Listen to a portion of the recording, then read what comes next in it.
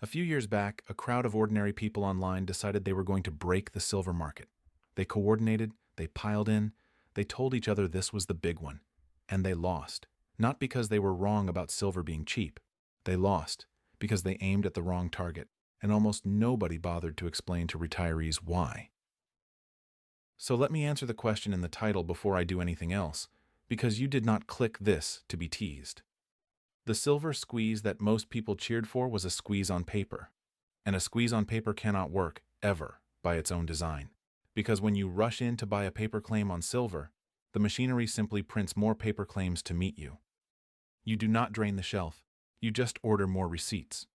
The only squeeze that has ever actually forced a reckoning in silver is a squeeze that runs through the real physical metal, the bars sitting in a vault that somebody eventually has to hand over. That is the squeeze nobody warned you to watch, and it is the one quietly building underneath everything right now. Here is the concrete fact I want you to chew on early, because it is the whole game. In the silver market, there are far more paper claims floating around than there are actual bars available to deliver. Many, many claims per single ounce of metal that could actually be handed to you. As long as almost nobody asks for the physical, that stack of paper works fine, like a coat check with 1,000 tickets and 50 coats, running smoothly only because most people never come back for their coat. The moment a meaningful number of ticket holders show up at the counter at the same time and say, "I do not want a refund, I want my coat," the whole illusion is exposed in an afternoon. That is not a theory. That is the plumbing of this market. Now, in my years around gold and silver, sitting with people trying to protect what they spent a lifetime earning, I have watched the crowd fall for the paper trap over and over. The online silver army did exactly what the machine wanted. They poured their money into the big silver fund, the exchange-traded product, thinking that buying it in size would starve the market of metal.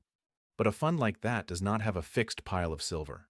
When demand for its shares surges, the fund is allowed to create new shares, and it goes and sources more metal to back them, through the same big banks that were supposedly the enemy.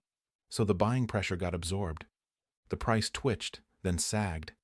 And the retail crowd, the mechanic in the garage, the nurse checking her account on break, they got the lesson backwards. They thought silver failed them. Silver did not fail. Paper did exactly what paper is built to do. Let me bring this home to somebody you might recognize. Picture a retired postal carrier in Wisconsin. Call him Ray. 30-plus years walking the same routes, pension modest, a 401k, he rolled into an account he watches a little too closely. When the online silver frenzy hit, Ray got excited for the first time in years. He felt like the little guy finally had a shot at the big banks. So he bought the paper silver fund, watched it spike for a day, and then watched it bleed lower for weeks, while the headlines mocked the whole thing as a failed meme. Ray walked away feeling like a sucker, feeling like silver was rigged against him. And that feeling, that quiet shame, is exactly what the desks that run this market feed on. Because Ray had the right instinct and the wrong instrument. He was told to fight a physical battle with a paper sword. Here is where it gets strange. And this is the part the financial channels will not walk you through. The big banks are not afraid of you buying paper silver. They love it. Every paper claim you buy is business for them. Churn they earn on. Exposure they can hedge and manage in their sleep. What actually makes a trading desk nervous, what keeps a certain kind of banker up at night, is the one thing the meme crowd never did in size. Standing for delivery. Saying, "I hold this contract, and I am not rolling it. I am not cashing out. I want the bars. Ship them to a vault with my name on it." That is the request the system is not built to survive at scale. And to understand why, you have to understand the shelf. On the main U.S. metals exchange, the silver that is actually available and pledged for delivery, the registered inventory, is only a slice of the total silver sitting in those vaults. Underneath that, in the big London market, there is a free float of metal. But a huge chunk of what is stored there is already spoken for, sitting inside funds and private holdings that are not for sale at any sane price.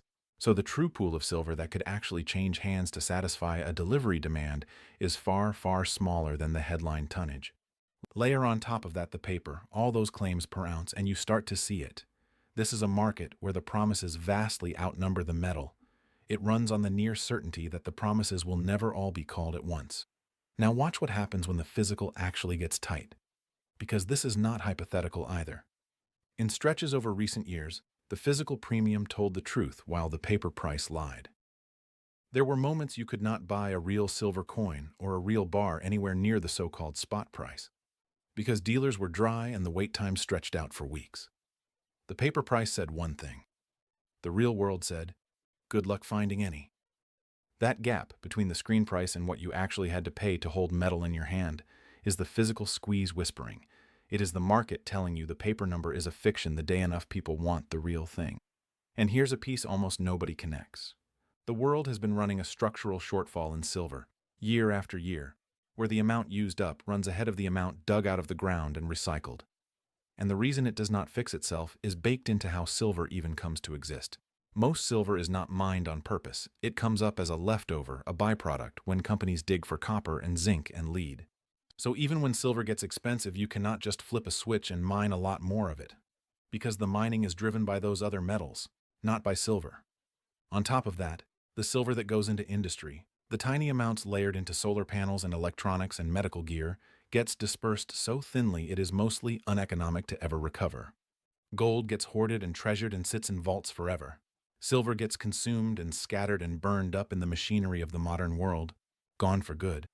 The above-ground pile of investable silver is not growing to meet the promises. If anything, it is being quietly drawn down. Let me pull the enemy into the light here because this matters to your retirement directly. A handful of very large banks hold concentrated short positions in silver on that exchange.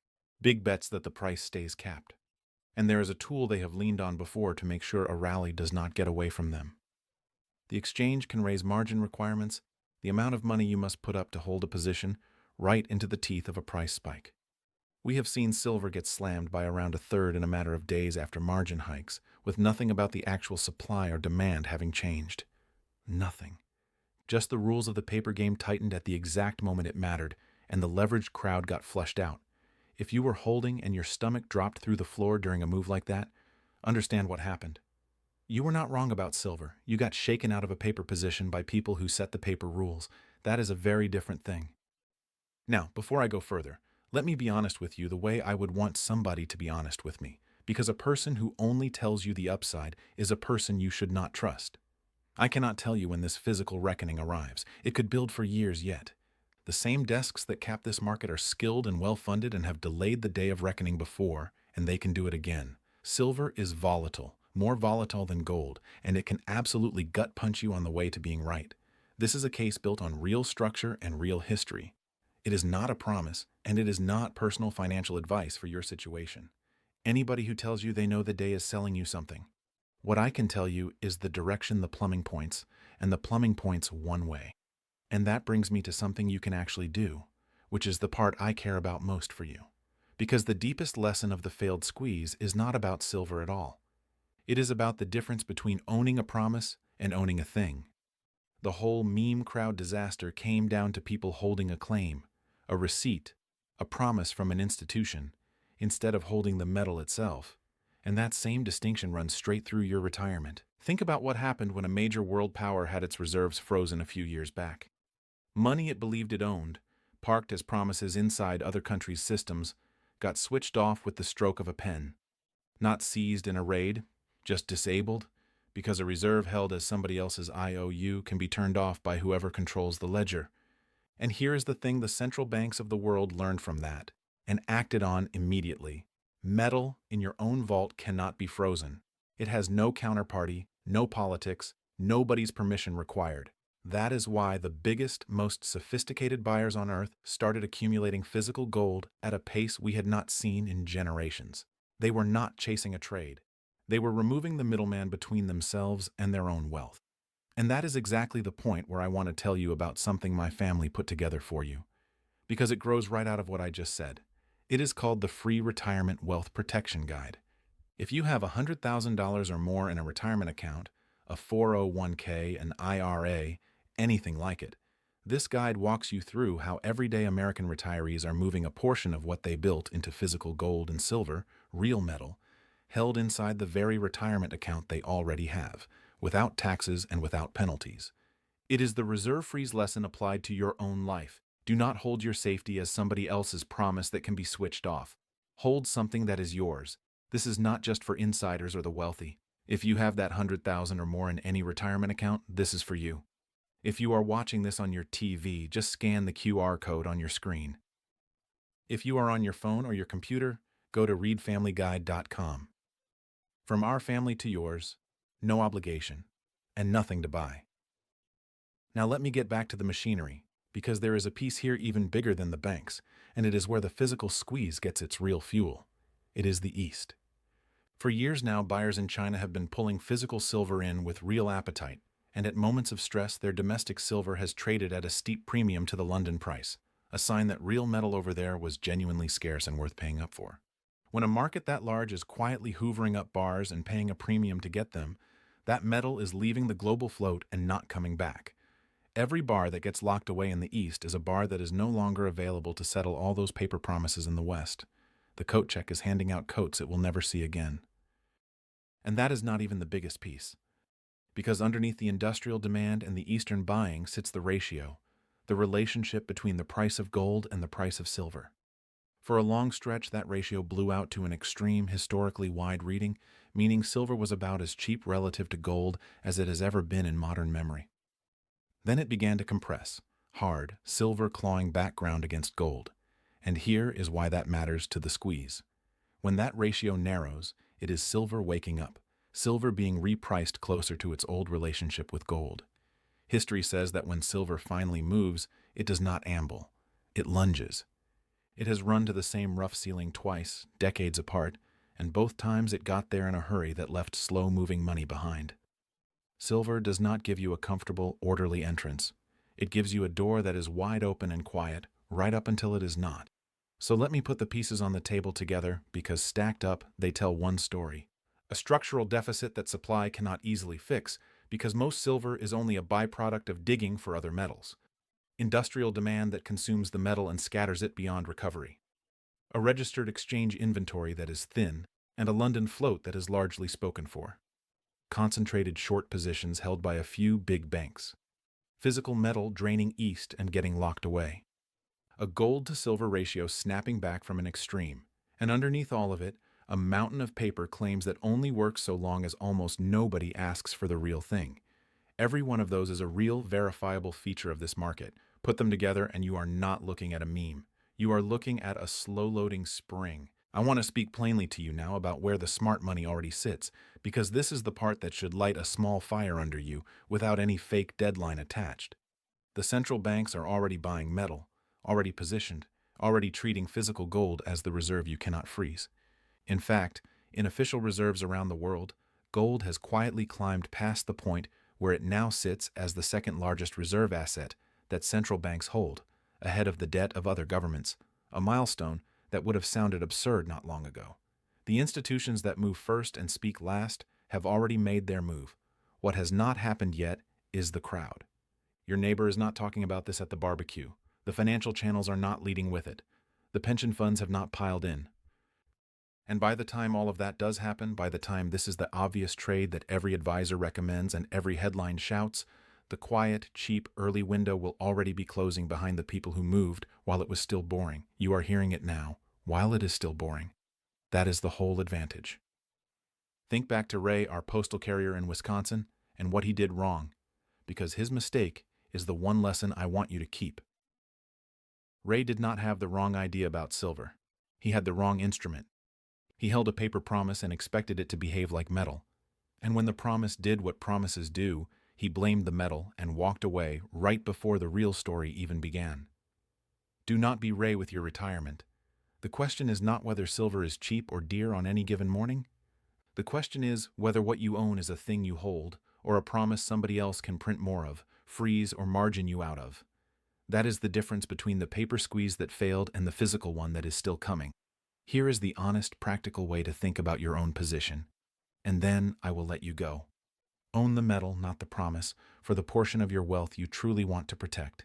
Size it so that no shakeout, no margin games, no ugly volatile week can ever force you to sell at the bottom out of fear, the way Ray was forced out. This is meant to be the ballast in the boat, the part that does not depend on anyone else keeping their word.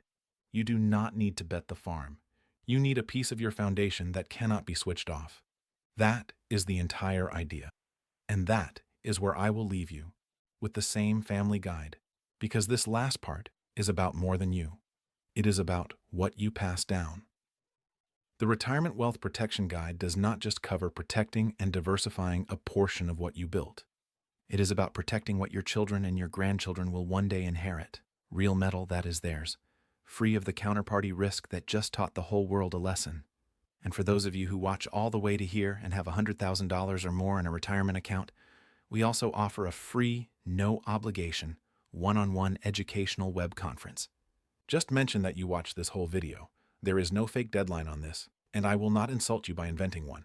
The honest why now is simpler than that. The moment to make this move calmly, while it is still cheap and reversible and nothing feels urgent, is exactly the moment when nobody is forcing your hand. That moment is now. If you are watching on your TV, scan the QR code on your screen.